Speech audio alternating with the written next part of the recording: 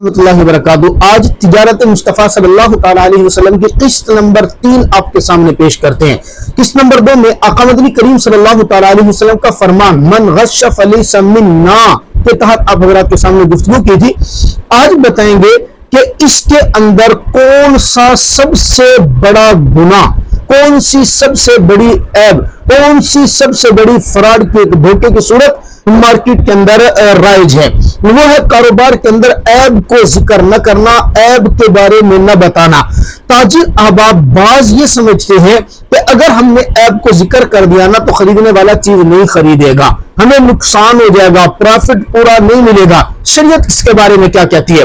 حضرات محترم ذرا تصور تو کیجئے نا، ایک شخص پیسے اکٹھے کرتا ہے بڑی محنت سے، آپ کے پاس فرض کریں فریج خریدنے کے لیے آیا، آپ کو پتہ ہے کہ اس کا کمپریسر کمزور ہے، یہ اچھی طریقے سے کولنگ نہیں کرے گا، بہتر نہیں رہے گا، لیکن آپ خاموش رہتے ہیں، آپ بتاتے نہیں ہیں۔ وہ خریدتا ہے، خرید کر گھر لے جاتا ہے، چند دن کے بعد ظاہر ہے کمپریسر کمزور تھا تو اس نے کام کرنا چھوڑ دیا۔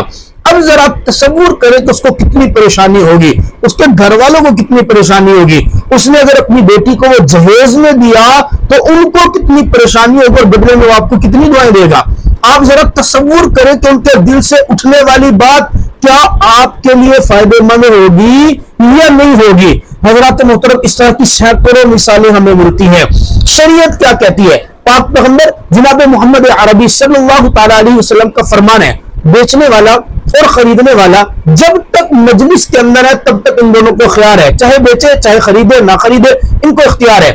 لیکن اگر یہ دونوں سچ بولتے ہیں، سچائی کے ساتھ معاہدہ کرتے ہیں، میرا اللہ ان کی تجارت میں برکت عطا فرماتا ہے۔ اگر یہ جھوٹ بولتے ہیں اللہ برکت ختم کر دیتے ہیں۔ برکت ختم ہونے کا کیا مقصد ہوا؟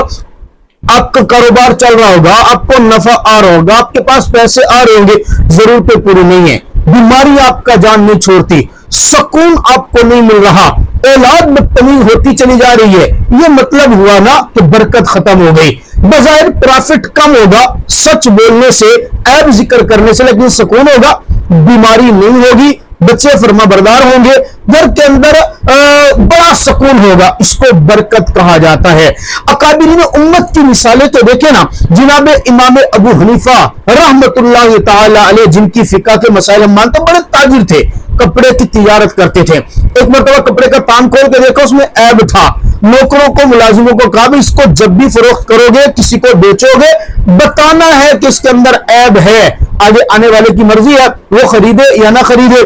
اب اتفاق سے ایسا ہوا کہ یہ دکان پر موجود نہیں تھے، ملازمین نے وہ کپڑے کا تھان فروخت کر دیا اور عیب ذکر بھی نہیں کیا۔ امام ابو حنیفہ رحمۃ اللہ علیہ کو جب پتا چلا، انہوں نے اس پورے تھان کی قیمت اٹھائی، گاہک کی معلومات لی، خوب تلاش کیا، لیکن وہ تلاش کے باوجود بندہ نہیں ملا، تو انہوں نے وہ پوری رقم رب تعالیٰ کے راستے میں صدقہ کر دی کہ کسی دوسرے کا حق میری گردن پر موجود نہ ہو۔ یہ کتنی بڑی ایک یعنی تقوی کی بات ہے کہ عیب والا پیسہ اپنے ذمے نہیں رکھا کیونکہ یہ بے برکتہ تھا۔ یاد رکھیے گا، اگر آپ عیب والی چیز کو چرب لسانی سے، چستی کے ساتھ اگر کسی کو بیچ دیں گے، ممکن ہے خریدنے والا معاف کر دے، لیکن رب ذوالجلال ایک معاہدہ اس کے سامنے بھی ہے، وہ معاف نہیں کرے گا کیونکہ آپ نے کسی دوسرے کے حق تلفی کی ہے۔ ہماری مارکیٹ کے اندر کس طرح کی باتیں چل رہی ہیں، کس طرح کے عیوب کو چھپایا جاتے ہیں۔ مثال کے طور پہ ایک موبائل ہے، آپ فروخت کر رہے ہیں، اس کی بیٹری خراب ہے، بیٹری ٹائمنگ نہیں ہے، اس کا ٹچ خراب ہے، لیکن آپ تھوڑی ڈینٹنگ پینٹنگ کر کے اس کو شوکیس کے اندر رکھ دیتے ہیں۔ کہاں خریدنے کے لیے آپ نے نہیں بتایا کہ اس کی بیٹری ٹائمنگ نہیں ہے، آپ نے نہیں بتایا کہ اس کی بیٹری خراب ہے، وہ خرید کر چلا گیا، اب یہ عیب تھا، آپ نے اس کو ذکر نہیں کیا۔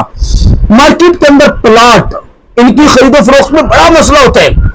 آپ نے پلاٹ فروخت کیا، قانونی طور پر اس کے مسائل تھے، قانونی طور پر اس کی انتقال کے اندر مسائل تھے، سکون تھا، آپ نے ذکر نہیں کیا، بیچ دیا، خریدنے والا بیچارہ جنجال میں پھنس گیا، قصور آپ کا ہے کہ آپ نے عیب ذکر نہیں کیا۔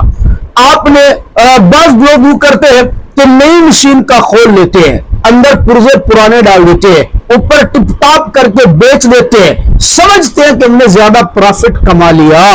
یاد رکھیے گا، شریعت کا اصول ہے، فقہ کا اصول ہے، آپ اگر کسی کے پاس کوئی چیز فروخت کرتے ہیں، اگر اس میں کوئی ایسا عیب ہے کہ خریدار کو اگر پتہ چل جائے کہ یہ عیب ہے تو اس کے خریدنے پر راضی نہ ہو یا قیمت اتنی نہ دے، اگر ایسے عیب کے ساتھ آپ نے چیز کو فروخت کر دیا تو خریدار کو حق فسخ حاصل ہوگا۔ یہ ساری صورتیں یہ عیب کے چھپانے کی ہیں۔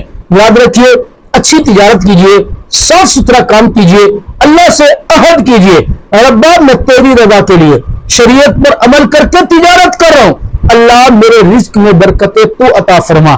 اگر یہ آپ عزم کر لیں گے نا، آپ یقین جانیے میرا اللہ آپ کو وہاں سے رزق دے گا، وَيَرْزُقْهُ مِنْ حَيْثُ لَا يَحْتَسِبُ، ایسے رزق دے گا کہ آپ کو وہم و گمان میں بھی نہیں ہوگا۔ اللہ تعالیٰ مجھے اور آپ کو تجارت صحیح اسلامی طریقے پر کرنے کی توفیق عطا فرمائے۔